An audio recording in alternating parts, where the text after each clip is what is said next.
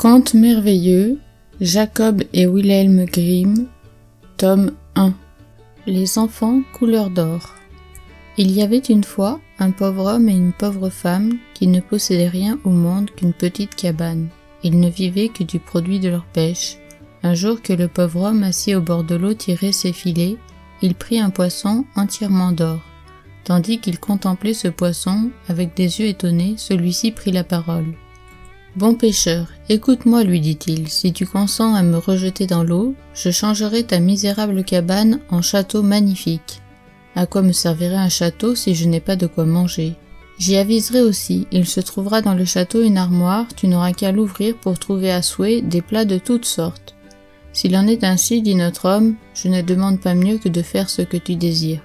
Oui, reprit le poisson, mais j'y mets une condition, que tu ne diras à personne l'origine de ta fortune. Si tu souffles là-dessus le plus petit mot, tout s'écroulera. Le pêcheur rejeta dans l'eau le poisson merveilleux et prit le chemin de sa demeure. Mais à la place où se trouvait sa chétive cabane, s'élevait maintenant un château magnifique. Il ouvrit de grands yeux, franchit la porte et aperçut sa femme assise dans une chambre richement décorée et vêtue d'habits précieux. Cette dernière était au comble de la joie. Elle s'écria « Cher homme, comment cela est-il arrivé tout d'un coup?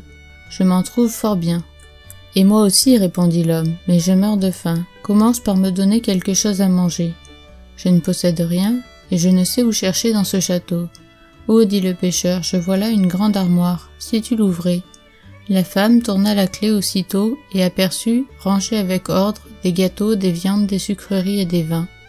Elle poussa un cri de joie, et tous les deux se mirent à faire honneur au repas préparé. Quand ils eurent fini, la femme, élevant la voix, « Dis-moi donc un peu, cher homme, quelle est l'origine de toute cette richesse ?»« Ne m'interroge pas, répondit le pêcheur, je dois garder le silence sur ce point. La moindre indiscrétion nous ferait retomber dans notre premier état. Il suffit, puisque je ne dois pas le savoir, je te prierai de ne plus me le dire. » Cependant, elle le tourmenta et le persécuta si bien qu'il finit par lui avouer que toute leur fortune venait d'un poisson d'or qu'il avait capturé. Il avait à peine fini ce récit que le château disparut, ainsi que l'armoire merveilleuse, et qu'ils se trouvèrent de nouveau assis dans leur ancienne cabane de pêcheurs. Notre homme fut donc forcé de reprendre son ancien métier. Cependant, le bonheur voulut qu'il attrapât une seconde fois le poisson d'or. « Si tu me rends encore la liberté, dit le poisson, je te donnerai de nouveau le château et l'armoire. Mais pour le coup, tiens-toi ferme et garde-toi bien de dire à qui que ce soit de qui tu tiens ces richesses, sinon tu les perdras de nouveau. »« J'y prendrai garde, répondit le pêcheur, et il rejeta le poisson dans l'eau. Quand il revint chez lui, tout avait repris son éclat et sa femme était radieuse, mais la curiosité ne la laissa pas longtemps en repos, et 2 jours s'étaient à peine écoulés qu'elle recommença à questionner son mari. Celui-ci finit par céder.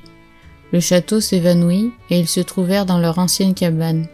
« Tu l'as voulu, dit le pêcheur. Grâce à toi, nous allons recommencer notre vie misérable. »« Hélas, répondit la femme, je préfère encore me passer de la richesse que de ne pas savoir d'où elle me vient. » Le pêcheur retourna à ses filets, et quelque temps après, il attrapa pour la 3e fois le poisson d'or. « Écoute, dit ce dernier, je vois bien que je suis destiné à tomber entre tes mains. Emporte-moi avec toi au logis, et coupe-moi en 6 morceaux.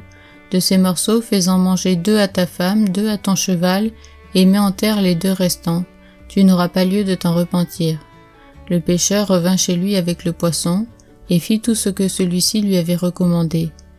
Il arriva que 2 lys d'or poussèrent à l'endroit où les 2 morceaux avaient été enterrés. La jument eut 2 poulains de couleur d'or, et la femme du pêcheur 2 garçons également d'une couleur d'or. Les enfants grandirent ainsi que les lys et les jeunes poulains.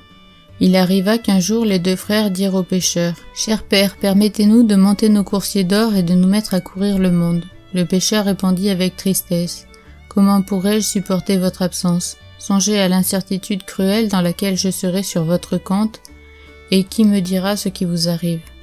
Les frères répondirent « Les 2 lys d'or vous donneront de nos nouvelles. Tant qu'ils brilleront d'un frais éclat, nous serons en bonne santé. Si au contraire ils pâlissent, ce sera signe que nous sommes malades, et leur mort annoncerait la nôtre. » Ils partirent donc, et arrivèrent bientôt dans une auberge pleine de monde. À la vue des 2 frères couleur d'or, on se mit à rire et à se moquer. L'un d'eux, ayant compris qu'il était l'objet de ces plaisanteries, regagna la maison paternelle.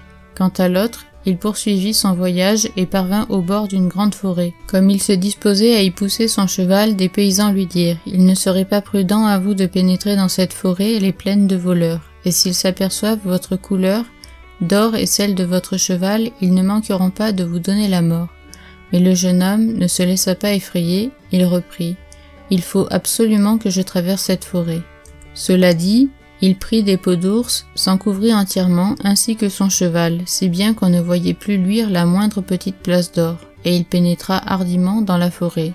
Soudain, il entendit les broussailles s'agiter et des voix en sortir, et s'entretinrent tout bas.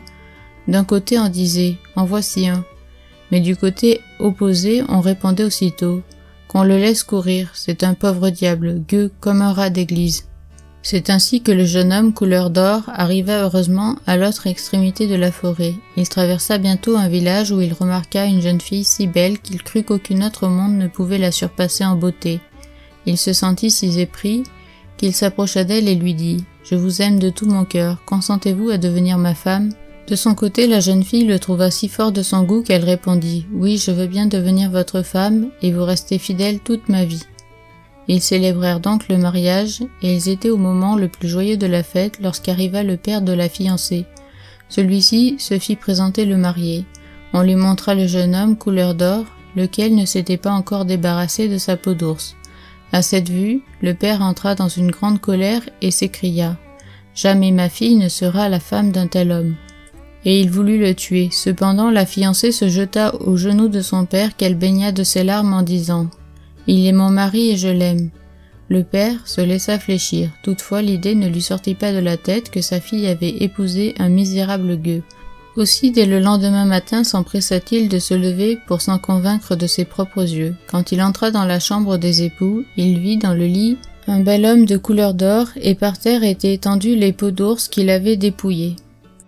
Aussitôt il revint sur ses pas en disant « Quel bonheur que j'ai pu contenir ma colère, j'aurais commis une action bien déplorable. » Cependant, le jeune homme couleur d'or avait rêvé qu'il était sorti pour chasser un cerf magnifique. À son réveil, il dit à la jeune femme « Il faut que je sorte pour aller à la chasse. » Ces paroles inquiétèrent la jeune femme et elle le supplia de rester en disant « Il pourrait facilement arriver un grand malheur. » Il répondit « Il faut absolument que je sorte. » Il se rendit dans la forêt, il ne tarda pas à voir paraître un beau cerf au port majestueux. Il le coucha en joue, mais le cerf disparut d'un seul bond. Il se mit à sa poursuite à travers les ravins et les broussailles. Quand vient le soir, le cerf disparut complètement. Lorsque notre chasseur porta ses regards autour de lui, il vit qu'il était en face d'une petite maison dans laquelle était assise une sorcière, et il frappa à la porte. Une vieille femme vint lui ouvrir et lui dit « Qu'est-ce qui vous amène si tard dans cette immense forêt? N'avez-vous pas vu un cerf ?»« Oui, reprit-elle, je connais ce cerf. » Et un petit chien qui était sorti avec elle de la maison se mit à aboyer fortement. « Veux-tu bien te taire, maudit Roquet » s'écria ce dernier, « sinon je t'imposerai silence d'un coup de fusil. » La sorcière repartit d'un ton irrité. « Comment, tu parles de tuer mon chien ?» Et soudain elle le métamorphosa en pierre, si bien que sa jeune épouse, ne le voyant point revenir, se prit à penser. Sans doute que ce qui me donnait tant d'inquiétude et qui me pesait comme un fardeau sur le cœur lui sera arrivé. Cependant, le second frère, qui était retourné dans la maison paternelle et qui se tenait en ce moment auprès des lys d'or, en vient s'incliner tout à coup. « Mon Dieu, se dit-il, un grand malheur menace mon frère. Il faut que je parte sans retard si je veux pouvoir lui porter secours. » Son père lui dit alors « Ne t'en va pas, si je te perds aussi, que deviendrai-je » Mais le jeune homme répondit « Il faut à toute force que je parte. » Cela dit, il monta à son cheval d'or, se mit en route et arriva dans la grande forêt. La vieille sorcière sortit encore une fois de sa maisonnette, l'appela et voulut l'attirer dans son piège, mais il évita de s'approcher et lui cria aussi « Si tu ne rends pas la vie à mon frère, je t'envoie une balle dans la tête. » La vieille fée fut donc forcée, bien à contre-cœur, d'animer de nouveau la pierre et de lui rendre son état naturel. Lorsque les deux frères couleur d'or se revirent, ils éprouvèrent une grande joie, s'embrassèrent tendrement et sortirent ensemble de la forêt. L'un s'en alla retrouver sa jeune épouse et l'autre son père. Dès que ce dernier aperçut son fils, il lui cria « Je savais bien que tu avais délivré ton frère, car le lys d'or qui s'était incliné s'est relevé tout à coup et a refleuri de plus belle. » À partir de ce moment, rien ne manqua plus à leur bonheur.